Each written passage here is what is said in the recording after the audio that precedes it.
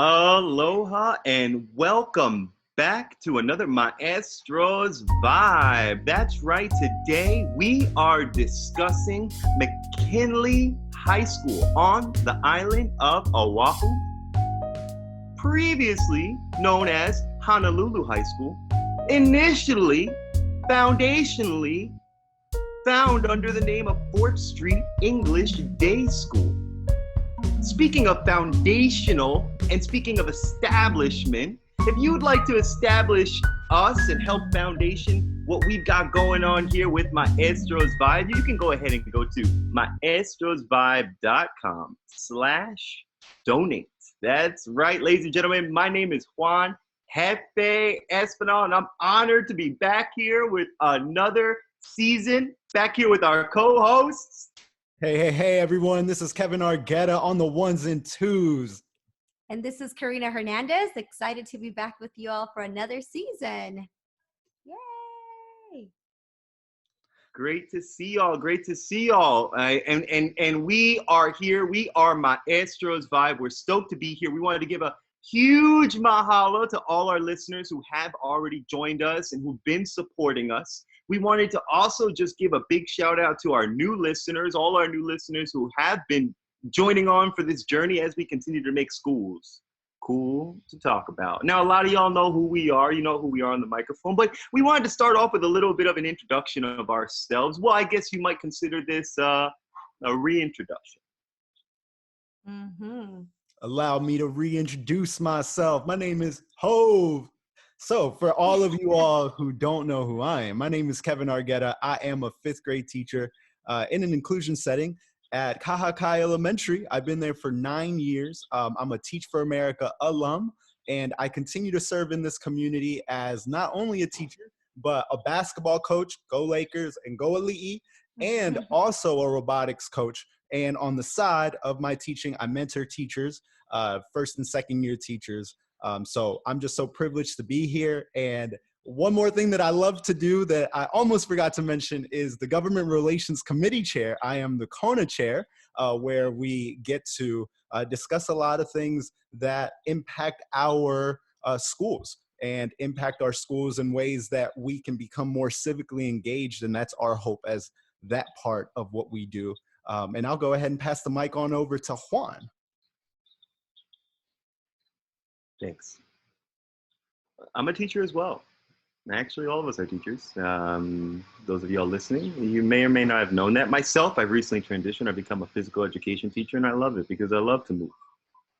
Which is interesting because if you're looking at us on YouTube right now, you may not have seen me move much at all. And that's one thing that's been really frustrating me is this has been tough. This has been tough, but we make it work and we continue.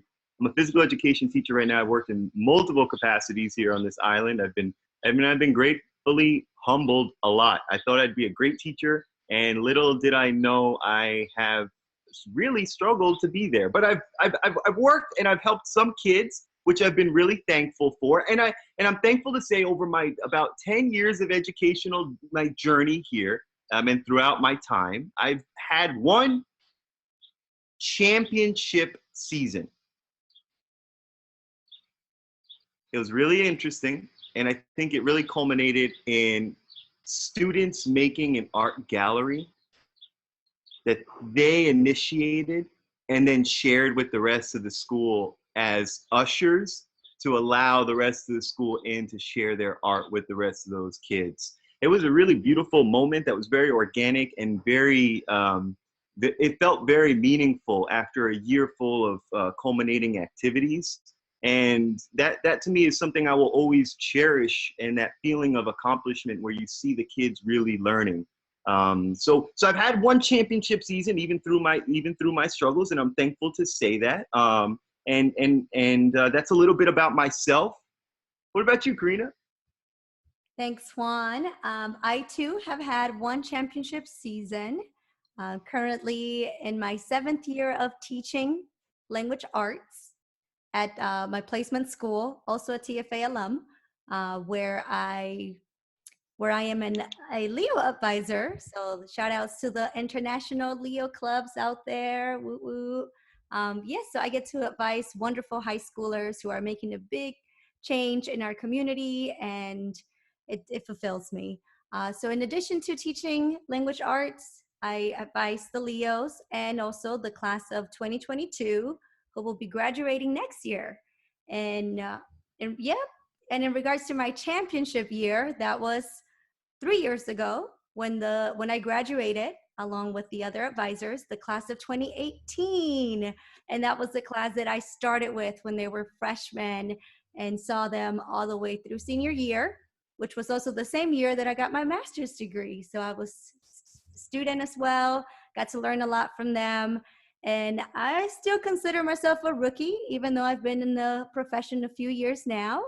But yeah, I love what I do, and I continue to learn. And I guess part of why I consider myself a rookie, it's because this year I took up a new position as well. I'm one of the English learners coordinator at the school, along with Viviana Martinez, who is an awesome educator, awesome coordinator, and now we are collaborating in that work. So yeah. Oh, and also a TESOL student. I'm part of the TESOL program here in Hawaii, and I am finishing up my second year with my cohort, going on another year, and then hopefully be TESOL certified to continue to help multilingual students. Yeah. Woo woo. Wait, Kevin, how many championship years did you have? I didn't hear you mention that. Well, you know, I also feel like I only have one championship year. I think I've had a lot of successful years in terms of creating community and really becoming a better educator in the classroom, becoming more conscientious of the energy that I'm putting out there for my students, which has been really transformational. But as far as championship years, I would say that last year was my first championship year. You know, we've had close championships in the past. The year that my mother passed away was a really difficult year where I had to leave early. And if it wasn't for that, I feel like that might have been a championship year because we were developing something um, really amazing with the kids. And I still, you know, talk to a lot of those parents and a lot of those families from that year.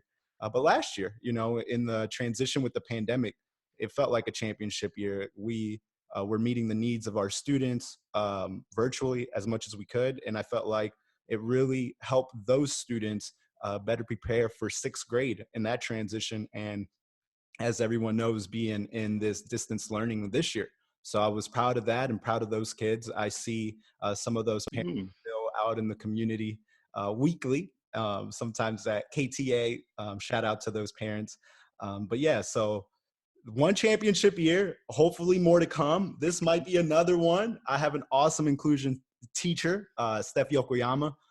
So I do feel like a veteran this year, but I also feel like a veteran who's still continuously learning to try to improve my craft.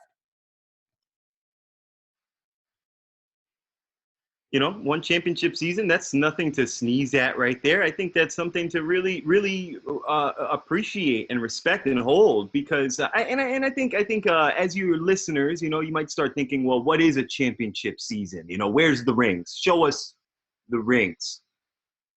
They're not here. They're in here. You know what I mean? They're these things that you know, and it might come from a degree. Or it might just come from you persisting and knowing that one kid you did reach. But you know, and we're gonna be bringing some esteemed. We only bring esteemed guests to the microphone here, and we've got some more highly esteemed guests coming up within the next few weeks, every Sunday, and they're gonna also let you know a little bit about their championship seasons, and we encourage you to consider your championship seasons in whatever you do, because what we're doing here at Master's Vibe is making schools cool to talk about. We're elevating the conversation. You know what I mean? Like, really, you got to consider it almost like an athlete, I think, almost as someone who needs to be proud of their work and the body of work that you've done, because that's all that will persist once we're gone, you know? So just a little subtext. Those of y'all who are checking up on our Instagram and on our Facebook and on our Twitter, you will see each guest will have earned their star. So keep an eye out for that star that resonates and means that they have earned a championship season. because we want to recognize that. You know, recognition is important. Can I get a recognition? Recognize. Yes, exactly. And the thing is that we recognize people all the time, which actually brings us to our conversation here today. If I can just take a moment and transition here into our main discussion, which for you longtime listeners is going to be a little bit mixed in with our literature circle, because you're going to find out in just a moment. We've got a lot of literature to bring into this conversation, but like I said, we're talking about, you know, recognizing people. And today we wanted to bring in a person that's been recognized on the island of Oahu for close to 100 years now. Someone you may not think, President William McKinley. President William McKinley High School over in Honolulu. Like I said, when we started off our show here today, it was initially known as Fort Street English Day School. Okay, that was in 1865 when it was initially founded. The name then changed in the turn of the century and became Honolulu High School for a few years, which then turned into President William McKinley High School, which is where the name has stood to this day. And our conversation kind of centers around whether or not that name should stand. And there was a big conversation that just happened. Y'all were actually following along with it, were you not? Yeah, so this past, I want to say Wednesday, March 18th, the Education Committee had a hearing. Oh, was it Thursday? And one of those days, it was our spring break. So yeah, all the days kind of blended together there for a little bit. But they had a hearing, and it was a really powerful hearing where they didn't just hear this bill, which was HCR, I want to say 179, which was to get rid of the McKinley High School name, go back to Honolulu High School, and also get rid and take down the statue of William McKinley that sits on those school grounds. And it was a really powerful conversation. There was a lot of people there that were in support. There were some people there who were in opposition. And I think that whatever side you stand on, you stand there very passionately, it seems. You know, if you, when people rose to speak at the education hearing, it was a really, just really powerful conversation, like I said before. And I think the really cool part about that has transpired out of this remote kind of way of doing things and handling business is that people are able to now be more civically engaged, because you don't have to be in Oahu to provide oral testimony. So more people are able to gain access. So if you don't know about that, check out Capital, the Capital website. You sign up for a username and password, and from there you can submit written testimony and also sign up to submit oral testimony when they hold these hearings. Yes, I enjoyed it so much. I had never gone to a hearing before, so being able to do it via my phone on YouTube was very powerful. And it reminded me of what we teach our students, right? How to be civically engaged, but also argumentative writing. And that was a perfect example of having your supportive evidence to back up your claim. So now I'm really stoked to bring in that experience into the classroom and make it more real for my students, because, you know, sometimes we teach these things in isolation, or sometimes the students might not know how it connects to the real world. And just showing them this example and hopefully attend hearings in the near future could also allow them to see how the language, the power of it can change laws and perspectives. And that was really cool. I really had a good time listening to the different points of views that were brought up, because like Kev mentioned, everyone was passionate about it and they had their reasons why. And yeah, it was really good. And I'd love to give a shout out to Millie, who has been on our pod, one of those esteemed guests that we've had in the past, and hopefully we will have her back. She actually brought her students to the hearing so that they could provide oral testimony virtually. And it wasn't for the McKinley name change. It was for having schools provide menstrual products for their students. But it was really cool. She had her computer going, and then she had a side computer going with the students on it on a Google Meet, and she had them all unmute themselves and speak to the legislature. Yeah, it was really cool. So just want to give a quick shout out to one of our esteemed guests. And talking about students, for the actual McKinley case, the student body was there. The president was against it, and then the vice president, I believe, it was for it. And so it was really great to see students on the call and to just have the diverse perspectives be shared and be honored at the same time, which is really good. Yeah, access is cool, but why would someone on the island of Hawaii care, or even on the greater scheme of things, care or be granted the access to that conversation? Like, why does that conversation matter? Why does the name of this high school matter to other people? Because I think that question of internet access, sure, it does bring us closer to a lot of different places, but does that access bring us closer to ourselves and what we need to do in front of us? I don't know. I mean, I wonder, like, do you all know anything about the President McKinley, that we maybe should resonate with some of our listeners if they're not aware of it? Yeah, so for our listeners out there, go to hsta.org/Honolulu High to learn more. There's a lot of facts. They came out with a lot of good educational resources. One of the biggest things that stood out from that campaign to me was that he was the president in charge when Hawaii was illegally annexed. And there was a joint resolution passed to annex Hawaii. And there were petitions going on at the same time from a lot of Native Hawaiians who didn't want to be annexed. And to this day, that has been a turning point in history for Hawaiian culture and Hawaiian language to be made to be kind of extinguished in a way, you know? So I think for anyone who cares about cultural preservation and cares about cultural identity, that's why these conversation matters in the grand scheme of things, because when you start thinking about something that has been oppressive to a group of people and specifically to Native groups of people, I think that conversation lends itself to then examine the rest of the makeup of our institutions, so that we can have bigger discussions about funding, right? Because I think that you're right, Juan. When you think about these conversations, a name change in the grand scheme of things, specifically one that's geographically not in close proximity to you, doesn't really make a big difference in your overall daily life situation.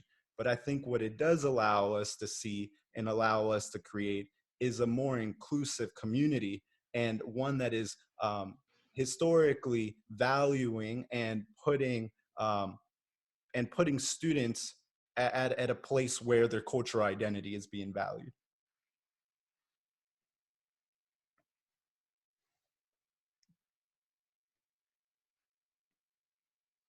Great point. Also, I mean, before this, right, I learned about President McKinley in high school, but I was disconnected from the things that he did or said. But now as an adult, going back to when he was president, you know, during a time of manifest destiny and indoctrinating people in these beliefs that the white culture was better than anyone else's. And some of the statements that President McKinley made in regards to people from Hawaii and also from the Philippines were very harsh, right? And to have a school named after someone like that, we're currently at a time where we want to make amends with the past. And I believe honoring someone who was horrible in his actions and in his words, it's not pono, it's not righteousness. And although it was years ago, right, what he said and what he stood for is very much still prevalent in society, right? Like what just happened this past week, people getting killed by this individual who believed that, hey, and get rid of these people because they are making me suffer. But that roots all the way back to history. So I think that still honoring this man who destroyed and tried to get rid of all of these different cultures is just not right. And although it's it might seem like it's not a big deal. I think that it is, because we want to show the world, we want to show our students that just because something happened years ago, it doesn't mean you can't make it right. And that's just some of my thoughts on that.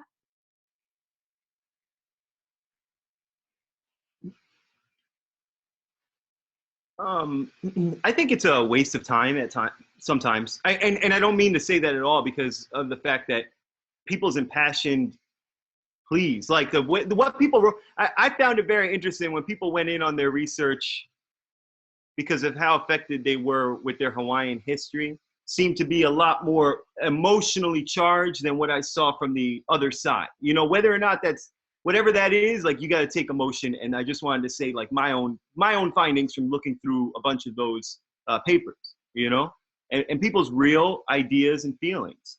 But the only reason I say it's a waste of time is I feel like we're trying to change a group of people. This didn't get passed, right? Like, I think the conversation happened on Wednesday and it's been postponed, I believe, or canceled, or it's not, it wasn't, what was it? Deferred. Okay. And no matter what happens, like, I think, look, this school was founded as Fort Street English Day School. Now, I'm not here to say anything about who was her name, Maurice Beckwith was, who started this school, or what her intentions were. But I would imagine that the fact that she started this English day school in Honolulu, it has a certain mission to it. And you can go to the website now and it's got a certain mission to it. It's got a vision and mission that's very much aligned with, I would imagine, any WASC accreditation process, you know? But what I will say about it is, I don't know if it's trauma informed, you know? So I would say, like, if that's what's going on and they're continuing on this path and that's the people they are, and your principal is saying, no, we want this, maybe that's just the kind of people that's there. And maybe the real solution is to create something new. And that's hard. And that's like me being, you know, hey, let's just make something new, make your own thing. But maybe that's what it is. Maybe it's built on too much hatred. Maybe it's built on I mean, the man is carrying in his hand, in the statue, a paper that is according to what I've seen, is a falsified document, correct? Or no, this document is theoretical, this annexation paper. Can you clarify that for me a little bit? Yeah, so the Treaty of Annexation is not it wouldn't be a legal document that would be accredited or given any type of credibility by the UN, because Hawaii was its own independent country before this. So you can't, in the eyes of the UN, you can't just do a Treaty of Annexation and take a property away from its people. But in 1900, or I believe 1905 or whatever, they went all in. And they changed the name of the high school, and they put this statue right in the middle with this sacred oval. And, you know, that matters, you know, and it matters to a group of people. And I think it's not good. But in the same way, I think you're right. Names can go powerful and not be powerful. We can change the name. I mean, I come from a place, New York, otherwise known as Manhattan. Manhattan used to mean something. Mm-hmm. Manhattan does not mean what it used to mean now. That word has changed. So words change meaning. So I just say, like, that's the only reason I say waste of time. And I hope people who added their comments don't take that the wrong way. But I feel like we're trying to change people who are never going to change, because it's hard to change people. If that sounds like something that makes sense. Yes, but you can change the future generations for them to know the truth. And the more you talk about these things, the more you expose the real history of what has happened, so that that doesn't happen again.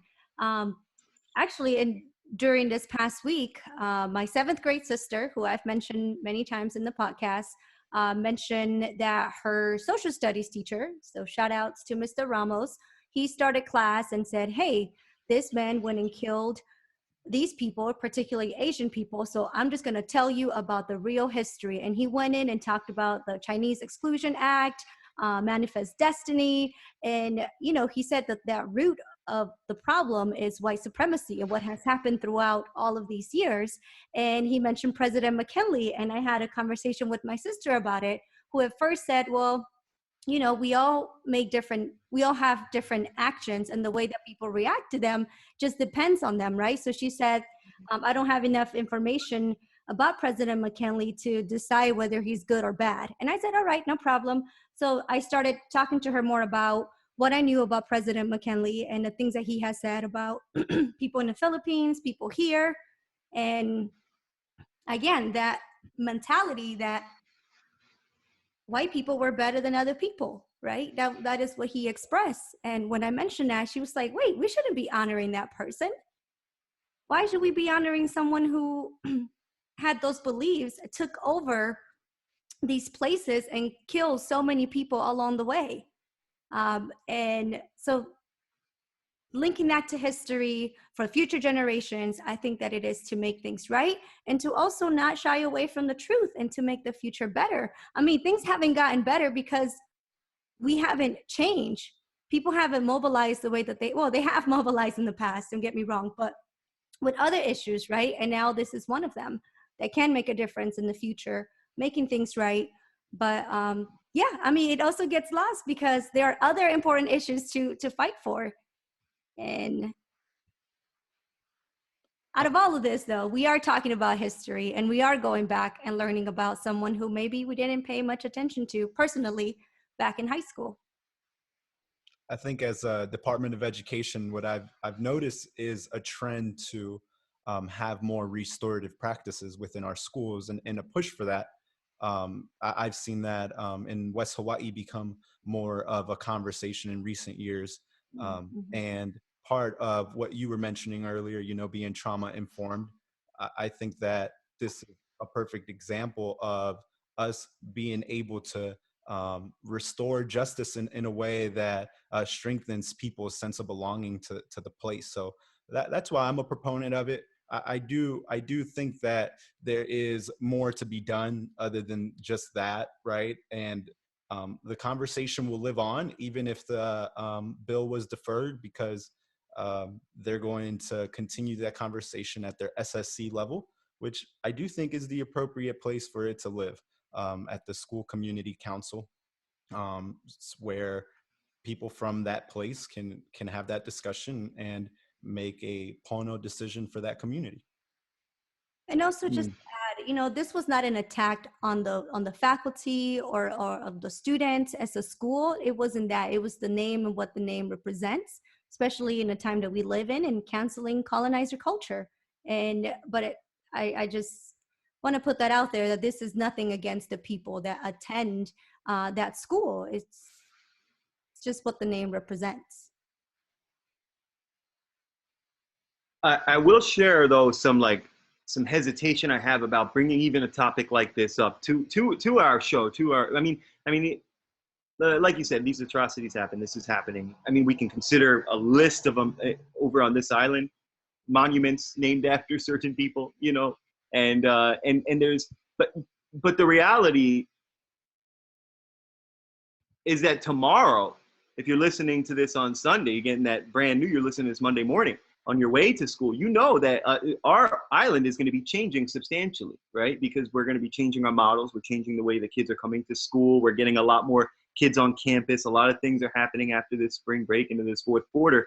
And rather than us putting conversation into that, and maybe this is more important, you know what I mean? But I do think that you end up making a judgment call. Do you discuss what's happening right now, which is the day-to-day business? Or do you take a step back and try and right these wrongs wherever you might find them? And, you know, I think it's a deep question. I don't know if there's a right answer. I'm glad we've taken some time here to discuss it and share with you all. I think there's a lot of research to be had. And if you want to share some more feedback, there's a lot of places to share that, because your voice matters. What you learn matters. What you do matters. And thank you very much for joining us here. I wanted to actually take a second, if y'all don't mind, and transition us into a brand new segment we have here for our listening audience. Now, like I said, we're going to be having esteemed guests. We're thankful to be here with y'all, our humble hosts, your humble hosts, excuse me. But we're going to be getting into our championship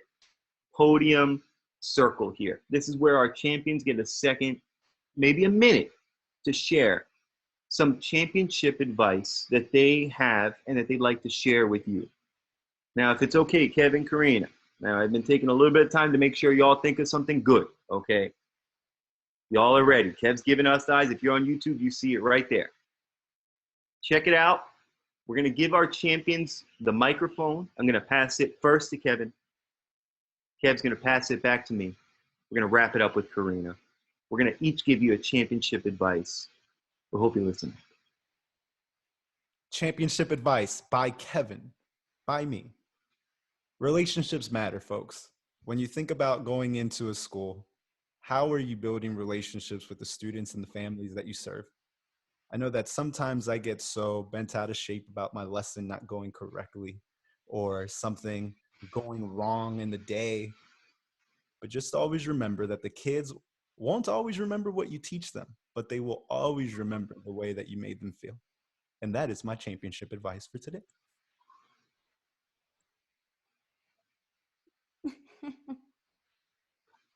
There's an elephant poster in my school that had that same saying on it. And it really, that's true. Thank you, Kevin.